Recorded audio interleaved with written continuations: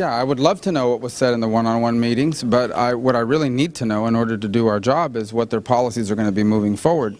And I'm glad he seemed to indicate, and I know he believes that putting in place future sanctions if there's interference that kick in automatically, like what we have in the Deter Act, is a good way to create a deterrence in place so that Putin will think twice before doing this again. About the Syrian, especially Kurdish situation over there? Well, it's concerning in Syria. You know, there are increasing reports now that the YPG has turned into an insurgent organization that's beginning to fight underground.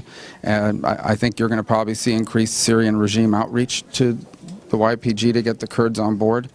It's a huge problem for Turkey, and the broader concern is, you know, a lot of times the conversation about Putin ties back to Syria. Putin had 4 objectives in Syria. We only share one, which is denying ISIS territorial hold. The other 3, having favorable access to oil and gas, having basing rights, having a unified Syria under the control of a pro-Russian government. We don't share those other 3 objectives, and those are the 3 that are left. So partnering with Russia and Syria will be very difficult. Well, I'm confident because no policies have changed yet. Now, I can't predict what they will do in the future, and if that happens, then we'll respond to that. But as of now, the only pronouncements that have happened in terms of official channels after that is the declaration today about Crimea, and last week the additional delivery of millions of dollars of military aid to NATO and to confront the Russian military threat. So, but if that changes in the future, then we'll have a lot more to say about it. So we would all love to know what was said in a private meeting, but presidents have private meetings all the time. The most important thing for us in our role is to conduct oversight over any policy changes that result from that meeting. So far there doesn't appear to be any, and if there are, we're going to find out. We're going to see them happen.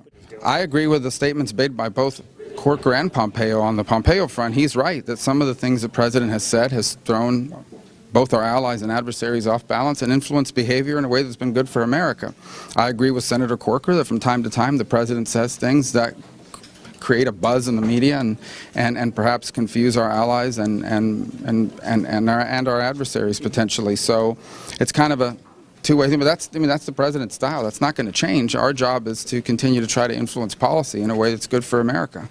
Turkey's a NATO ally, and we would hope to be able to work with them. There's obviously some significant irritants in that relationship right now, you know, not the least of which is their acquisition of Russian anti-aircraft missiles and what seems to be a closer cooperation with Iran. And obviously the jailing of an American pastor on ridiculous charges. In Syria? Or in Iraq? Yeah, in Iraq, I mean, they've been good allies and partners, and we hope they'll be fairly represented in the new Iraqi government.